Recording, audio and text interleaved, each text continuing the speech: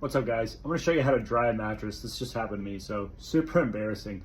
I was actually living in my new place and this mattress got totally soaking wet when I was driving with it on top of my car and I got caught in a freaking rainstorm.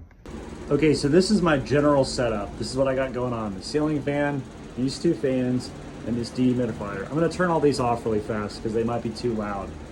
Okay, so anyways, like I was saying, so this is what happened. I was driving down the interstate and I got caught in this rainstorm. And so this is the soft side, the top side of it, which was down. And I was able to cover it with like a tent, but water was getting all up under it. It was actually like bouncing off the roof. So this entire surface was totally freaking wet. I was convinced that I was gonna have to buy a new mattress, which is totally not in the budget. And this front leading edge was totally soaked too before I could put that tarp on it. You know, I was under a gas station. So when I got home, I did some research, and like I said, I don't think this is on the internet. There's not a lot of information on this, which is why I'm posting it. So I was reading about how you should turn a mattress sideways, and basically what I did is I have this dehumidifier over here. I already had it, and I don't know, it's probably like 70 bucks or something. I think I bought it on Amazon. It's probably sized for a room about this size. You know, it's like probably 12 by 12 or so. So it's big enough. And so I just installed this in here. You know, I have a box fan. My new roommate has a box fan. And what I did is every day I would just kind of reposition these. So I would take this and I put it like at a different angle. Nope, it's gonna fall on me. But I would put it at a different angle, or I would come around on the front and I would put it at all different angles every day. I'd make sure that I emptied the dehumidifier, had this fan on, and you know, here's the thermostat out here. And I would basically just look at this and see what it was at. And I have this little tiny thing here too, which would tell me the actual, you know, humidity in here. This dehumidifier has like a little gauge on it when I turn it back on. I don't know which one's more accurate, probably this one, but I would kind of turn it on. This one has a memory feature. And if I turn it on, it'll reset it. And I would kind of compare inside the room and outside. And every day I would kind of open the door, you know, to see if it was going to change or not. And for a while, I was keeping it closed in here. I got this down to like 40% humidity, which was really good, I think. I left this like in this setup. Again, I would just change it every day. And sometimes put the fan on the, you know, chair, sometimes put on the floor, all kinds of different ways. You know, a week later, it doesn't smell like anything. And I am like really sensitive to mold, so I was super, super afraid.